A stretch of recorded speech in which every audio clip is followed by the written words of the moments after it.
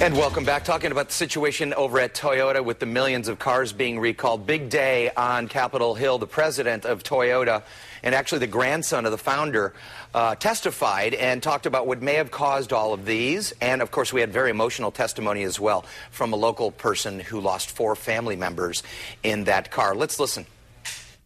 Especially, I would like to extend my condolences to the members of the Saylor family for the accident in San Diego. I would like to send my prayers again, and I will do everything in my power to ensure that such a tragedy never happen again. And here is the Saylor family. And later in the afternoon, Saylor's mother-in-law, Faye Lestrella, she spoke of her personal loss. It's unimaginable to lose some 4 people in your segment, in your sibling. So I brave this moment. So hopefully, Mr. Chairman and the committee and the different organization, the Department of Transportation and NHTSA would do something for the safety of the world. We don't want another person, another family to suffer like we are suffering. Oh, boy, tough. Congressman Bilbray was there, and he is joining us now to talk about exactly what happened in that hearing yesterday with the president of Toyota, and, of course, the emotional testimony from Faye Estrella. So good morning to you, Congressman. Good morning, Dan. So, I mean, that hearing was really pretty tough at moments, particularly when it got personal from San Diego, and it was pretty amazing to see the president of Toyota specifically reach out to that family. Well, it was nice that he did that. It was a real challenge trying to get the testimony out. And I'll tell you something.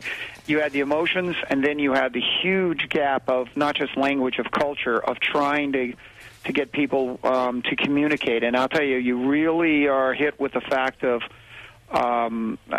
that international trade has its challenges, and cultural differences are a huge one. I mean, you're referring to the fact on that president back and forth and trying to get him just to give a straight answer, and he just literally to his core somehow could not find it in his heart to give a straight answer until I finally was forced to say either yes or no. Should we require auto industries to declare all of the accidents that have happened, no matter where they are in the world, not just the United States? And after about 4 shots, I finally got a height out of him. So he did say yes eventually, but it really was a big challenge. Yeah, that was an interesting aspect of that, the cultural challenges, and there were rules on what he could say, or the cultural differences and whatnot. So basically, what you're saying is you really weren't satisfied with his testimony. No, I wasn't, but I guess I'm more worried about what we did as a government oversight than I am even Toyota. I think the fact is that because of their great reputation, they became arrogant. And that's one thing, and they can correct that, because the market's going to punish Toyota worse than anything the federal government's done. These deaths are going to cost them in many ways, but mostly their reputation that had taken generations to create has been just devastated, and I think he knows that. The trouble is, I'm worried about, as a government oversight person, is did the system break down? Did the federal regulators that keep an eye on auto safety, did they look the other way because Toyota had such a great reputation? Would have they treated General Motors or Ford the same way if these complaints had come out and when they did back in the earlier last decade?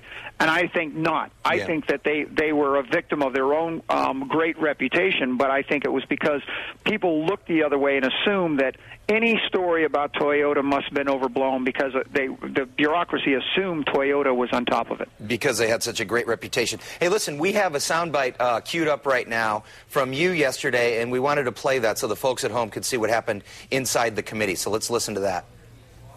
One thing to stand behind your vehicles. It's one thing to ask the American people to stand in front of them, especially with their children. And 100% is a very strong statement. And it's fine to say it here in these hearings, but out in the real world, we've had some terrible tragedies.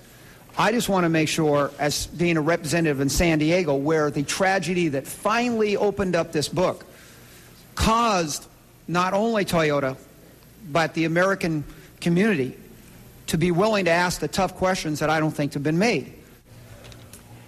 Yeah, so there you go. That's you were obviously getting a little fired up there, Congressman. And before I let you go, though, I wanted to ask you specifically, you know, they keep saying that this is a mechanical issue, that it can be fixed with a mechanical parts. There's still a lot of people who say not so fast, that it could be a computer problem. They seem to be discounting that all the way along. Dan, that's what started my diatribe there, was that the American representative says, I'm 100% sure that it's not the electronics. And that's when I said, wait a minute.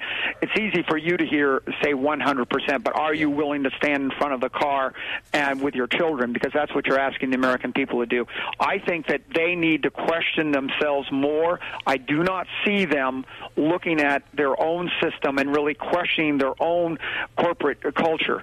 And that needs to be done. We need to question it, but more importantly, they need to question it. But the arrogance of saying 100% is very scary to me, and that's what set me off on that. It sure is. Congressman Brian Bilbray, thank you so much for your time here this morning. Back to work for you. Thank you very much. All right, Congressman, thank you.